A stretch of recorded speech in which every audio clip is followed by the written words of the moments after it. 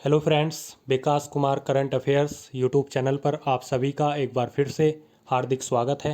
साथियों, आज हम 10 जनवरी 2023 का करंट अफेयर्स और साथ में इससे रिलेटेड स्टैटिक जीएस को कवर अप करेंगे। तो आप इस वीडियो को लास्ट तक ज़रूर देखिए। और मेरे जो भाई हैं जो इस श्रृंखला को पहले दिन से ही फॉलो कर रहे हैं, उनको इस श्रृंखला का लाभ उनके एग्ज़ाम में, उनके रिजल्ट में ज़रूर देखने को मिलेगा।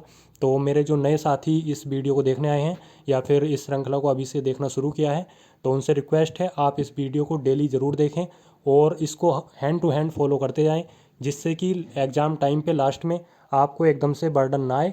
और अभी आप डेली बेस पे करंट अफेयर्स पढ़ते जाएंगे तो लास्ट में आप आसानी से इसका रिवीजन कर लेंगे। ठीक है, तो शुरू करते हैं पहले 10 जनवरी 2023 का करंट अफेयर्स। पहला पॉइंट है दोस्तों, सुप्रीम कोर्ट के अनुसार मौलिक अधिकार जो आर्टिकल 19 एवं 21 में वर्णित हैं, वह न केवल राज्य बल्कि इसकी इकाइयों और अन्य लोगों के खिलाफ भी लागू किए जा सकते हैं। सुप्रीम कोर्ट ने एक स्टेटमेंट दिया है, उसमें कहा है कि आर्टिकल 19 और आर्टिकल 21 में वर्णित जो मूल अधिकार हैं उनको किसी राज्य के लिए तो है ही, साथ में उसकी इकाइयों और किसी व्यक्ति विशेष के खिलाफ भी उनको लागू किया जा सकता है। ठीक है, तो यहाँ पे मौलिक अधिकार का जिक्र आया है, तो जान लेते हैं मौलिक अधिकार क्या है। यहाँ पे क्विक रिवीजन हम इस स्टैटिक जीएस का कर लेते हैं। मौलिक अधिकार भाग 3 में है संविधान के। यह आर्टिकल 12 से 35 के बीच में आते हैं। ठीक है, और यह अमेरिकी संविधान से लिए गए हैं। मूल अधिकार को भारतीय संविधान का भारत का मैग्ना कार्टा भी कहा जाता है। एग्जाम में प्रश्न पूछ लेता है कि भारत का मैग्ना कार्टा किसे कहा जाता है, नीति निर्देशक तत्व, मौलिक कर्तव्य, मूल अधिकार या फिर आपका प्रस्तावना। तो इसका ऑप्शन लगेगा आपका मूल अधिकार। नेक्स्ट देख लेते हैं। मूल अधिकार बेसिकली 12 से 35 तक है, लेकिन हम केवल प्रमुख मूल अधिकार देखेंगे, मेन। तो हम यहाँ पे मतलब जो मेन मूल अधिकार हैं कौन से आर्टिकल में आते हैं और कौन कौन से हैं उनको जान लेते हैं। पहला है आर्टिकल 14। आर्टिकल 14 में है विधि के समक्ष समानता। ठीक है, नेक्स्ट है आर्टिकल 15। इसमें आर्टिकल 15 में मूल अधिकार है धर्म, जाति, लिंग के आधार पर कोई भेदभाव नहीं करेगा। यह मूल अधिकार है आर्टिकल 15 में। नेक्स्ट है आर्टिकल 16। इसमें कहा गया है कि लोक नियोजन में जो है अफसर की समानता मिलेगी। नेक्स्ट है आर्टिकल 17। आर्टिकल 17 में जो है अस्पृश्यता या फिर छुआछूत का अंत होगा। यह मूल अधिकार मिला है आर्टिकल 17 में। आर्टिकल 18।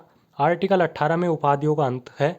ठीक है, और आर्टिकल 19 जो यहाँ पे ऊपर मैंने आपको बताया कि आर्टिकल 19 और आर्टिकल 21 में वर्णित मूल अधिकारों को न केवल राज्य बल्कि उसकी इकाइयों और किसी अन्य व्यक्ति के खिलाफ भी उनको लागू किया जा सकता है। तो आर्टिकल 19 में जान लेते हैं क्या है।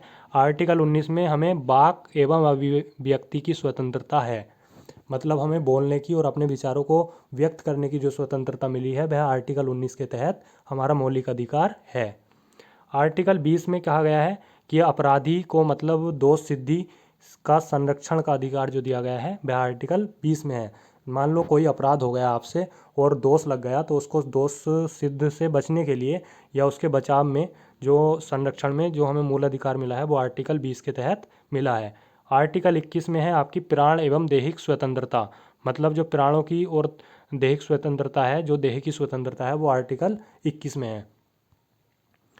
आर्टिकल 21 में एक खंड और जोड़ा गया था कै, यानी कि आर्टिकल 21 कै। आर्टिकल 21 कै में हमारा प्रारंभिक शिक्षा का अधिकार है, जो 86वें संविधान संशोधन 2002 के द्वारा जोड़ा गया है। नेक्स्ट है आर्टिकल 23। आर्टिकल 23 में मानवीय दुर्व्यवहार और बलात्श्रम के निषेध को बताया गया है आर्टिकल 23 में। आर्टिकल 24 आर्टिकल 24 में क्या है। आर्टिकल 24 में कारखानों में, फैक्ट्रियों में या फिर जो उद्योग हैं उनमें 14 वर्ष से कम आयु के बच्चे काम नहीं करेंगे, इसकी जो है प्रतिषेध है आर्टिकल 24 में, ऐसा जो है कहा गया है। नेक्स्ट है आर्टिकल 31। आर्टिकल 31 में पहले क्या था, संपत्ति का अधिकार था, जो 44वें संविधान संशोधन के द्वारा आर्टिकल 300 कै में पहुंचाया गया और अब यह क्या है, कानूनी अधिकार है। ठीक है, संपत्ति का अधिकार एग्जाम में कई बार पूछा है कि संपत्ति का अधिकार क्या है, वैधानिक अधिकार, कानूनी अधिकार या फिर मौलिक अधिकार या फिर आपका सामाजिक अधिकार। तो संपत्ति का अधिकार आपका है कानूनी अधिकार। पहले क्या था, ये मौलिक अधिकार था, लेकिन आर्टिकल 300 कै में अब इसको पहुंचा दिया गया है 44वें संविधान संशोधन के द्वारा, और अब यह कौन सा अधिकार बन गया है, कानूनी अधिकार। नेक्स्ट है आर्टिकल 32। आर्टिकल 32 में जो है संवैधानिक उपचारों का अधिकार है। संवैधानिक उपचारों का अधिकार क्या है, तो संवैधानिक उपचारों का अधिकार ये है कि इनको हम इनके संरक्षण के लिए, जो हमारे मूल अधिकार हैं उनके संरक्षण के लिए हम न्यायालय में भी जा सकते हैं। तो एग्जाम में कई बार पूछा है कि क्या मौलिक अधिकार या मूल अधिकार न्यायालय में परिवर्तनीय हैं, तो हम बिल्कुल इनको न्यायालय में इनको लेकर जा सकते हैं। और इसीलिए संवैधानिक उपचारों के अधिकार यानी कि आर्टिकल 32 को भीमराव अंबेडकर ने जो है संविधान का हृदय या संविधान की आत्मा कहा है। एग्जाम में एक नहीं कई बार पूछा है और रिपीटेड क्वेश्चन है कि संविधान का हृदय या संविधान की आत्मा भीमराव अंबेडकर ने किसे कहा है, तो उसमें ऑप्शन दे देगा, नीति नहीं दे सकता तो प्रस्तावना या फिर मूल अधिकार या फिर आपका कोई अन्य। तो इसमें आपको ऑप्शन लगेगा मूल अधिकारों में संवैधानिक उपचारों का अधिकार। ठीक है, नेक्स्ट है, ये तो था दोस्तों मौलिक अधिकार का मतलब हमने यहाँ पे क्विक रिवीजन कर लिया है। स्टैटिक जीएस से जुड़ा हुआ था तो मैंने इसमें मेन चीज़ें आपको सब बता दी हैं, आपकी रिपीट भी हो गई होंगी और आपको याद भी दोबारा से ये हो गई होंगी। अब नेक्स्ट हम करंट पे वापस आते हैं। तो नेक्स्ट करंट का पॉइंट है, भारत की पहली फार्मूला ई वर्ल्ड चैम्पियनशिप रेस कहाँ पे होगी। भारत में पहली बार कोई चीज़ होती है तो वह मेन हो जाती है किसी भी एग्ज़ाम में आने के लिए। तो भारत की पहली फार्मूला ई वर्ल्ड चैम्पियनशिप रेस कहाँ पे होगी, हैदराबाद में होगी। ठीक है, नोट डाउन कर लो, हैदराबाद में होगी भारत की पहली फार्मूला ई वर्ल्ड चैम्पियनशिप रेस। नेक्स्ट है, मधुमक्खियों के लिए दुनिया का पहले टीके के उपयोग को मंजूरी किस देश ने दी है, अमेरिका ने। जो मधुमक्खी हैं उनके लिए दुनिया के पहले टीके के उपयोग को मंजूरी किसने दी है, अमेरिका ने दी है। नेक्स्ट है, भारत के 79वें ग्रैंड मास्टर कौन बने हैं। भारत के 79वें ग्रैंड मास्टर बने हैं आपके प्राणेश एम, याद रखेंगे। नेक्स्ट है, पूर्वोत्तर राज्यों को समर्पित ओक्टेव 2023 अभियान का उद्घाटन कहाँ पे किया गया है, तंजावुर तमिलनाडु में इसका उद्घाटन किया गया है। ठीक है दोस्तों, नेक्स्ट पॉइंट है, वन वीक वन लैब अभियान। वन वीक वन लैब अभियान किसके द्वारा शुरू किया गया है, CSIR के द्वारा शुरू किया गया है। किसके तहत किया गया है, विज्ञान एवं प्रौद्योगिकी मंत्रालय के तहत इसको नई दिल्ली में शुरू किया गया है। ठीक है, नेक्स्ट है, रतन आभूषण परिषद। रतन आभूषण परिषद के चेयरमैन कौन बने हैं, संयम मेहरा चेयरमैन बने हैं रतन आभूषण परिषद के। नेक्स्ट है, BCCI जो भारत नहीं विश्व का भी सबसे अमीर क्रिकेट बोर्ड है BCCI। इसने all India senior selection committee के अध्यक्ष कौन नियुक्त किए गए हैं, चेतन शर्मा। दोस्तों जो क्रिकेट देखते हैं उनको मालूम होगा कि भारत अभी T20 वर्ल्ड कप सेमीफाइनल में मतलब बाहर हुआ था T20 वर्ल्ड कप से, और भारत का सबसे अमीर क्रिकेट बोर्ड है BCCI। तो ऐसे में एक प्रश्न चिन्ह बना हुआ था कि भारत मतलब इतना वर्ल्ड लेवल पे परफॉर्मेंस अच्छा क्यों नहीं दे रहा।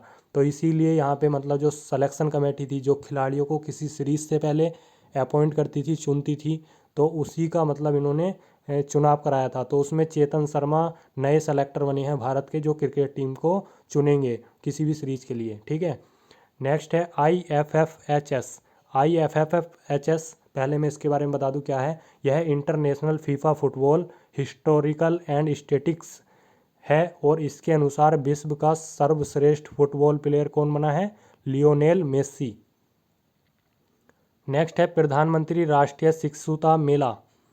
इसका आयोजन कौशल विकास मंत्रालय द्वारा किया जा रहा है और यह देश के 242 जिलों में आयोजित होगा। एग्जाम में प्रश्न में पूछेगा कि प्रधानमंत्री राष्ट्रीय शिक्षुता मेला देश के कितने जिलों में आयोजित किया जा रहा है। जिलों की संख्या याद होनी चाहिए, 242 जिलों में। नेक्स्ट है, जीवन एक्सप्रेस अंगदान पहल। जीवन एक्सप्रेस अंगदान पहल इसको लॉन्च किया है एडल बाइस टोक्यो लाइफ इंश्योरेंस कंपनी ने। नेक्स्ट है, आज़ादी सैट उपग्रह। आज़ादी सैट उपग्रह यह स्पेस किड्स इंडिया चेन्नई में है। इसके 750 लड़कियों ने इसको बनाया है इस उपग्रह को, और इसको लॉन्च कौन करेगा? इसरो। आज़ादी सैट उपग्रह स्पेस किड्स इंडिया चेन्नई की 750 लड़कियों द्वारा निर्मित किया गया है। इसको इसरो के तहत लॉन्च किया जाएगा। नेक्स्ट है चेरचेरा महोत्सव। चेरचेरा महोत्सव छत्तीसगढ़ में मनाया गया और यह एक प्रकार का फसल महोत्सव है। नेक्स्ट है पेटीएम पेमेंट्स बैंक। इसके सीईओ कौन है? सुरिंदर चावला। नेक्स्ट है नई दिल्ली में अनुराग ठाकुर ने बाई20 समिति की थीम लॉन्च की है। बाई20 क्या है? बाई20 G20 के आधार पर एक ग्रुप है यूथ का और पहली बार भारत इसका आयोजन करने जा रहा है। भारत इसकी पहली बार बैठक की मेज़बानी करेगा और इसीलिए इसकी थीम की लॉन्चिंग किसने की है? अनुराग ठाकुर ने की है दिल्ली में। और यह बाई20 जो यूथ ग्रुप है इसकी स्थापना बैठक पहली बार भारत में कहाँ होगी? फरवरी 2023 में गुवाहाटी असम में होगी। ठीक है। नेक्स्ट है अंतर्राष्ट्रीय पतंग महोत्सव। अंतर्राष्ट्रीय पतंग महोत्सव 2023 इसका आयोजन अहमदाबाद गुजरात में किया जा रहा है।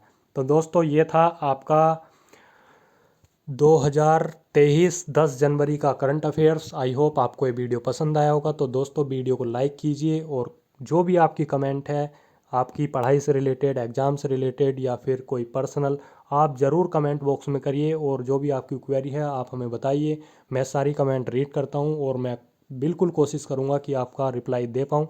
तो आप कमेंट ज़रूर करिए और चैनल नए हो तो चैनल को सब्सक्राइब कर लीजिए और बेल आइकन ज़रूर प्रेस करिए जिससे कि आने वाले वीडियो के नोटिफिकेशन आपको समय से मिल जाएं। दोस्तों इस क्लास की वीडियो या जितनी भी करंट अफेयर्स की क्लास हुई हैं यूट्यूब पर उन सभी की PDF आपको टेलीग्राम चैनल पे मिल जाएगी। टेलीग्राम चैनल की लिंक डिस्क्रिप्शन में दी हुई है। आप वहाँ से जाके टेलीग्राम पे ज्वाइन कर सकते हैं। वहाँ पे आपको इसकी PDF मिल जाएगी। ठीक है। Thank you for watching. Thank you so much.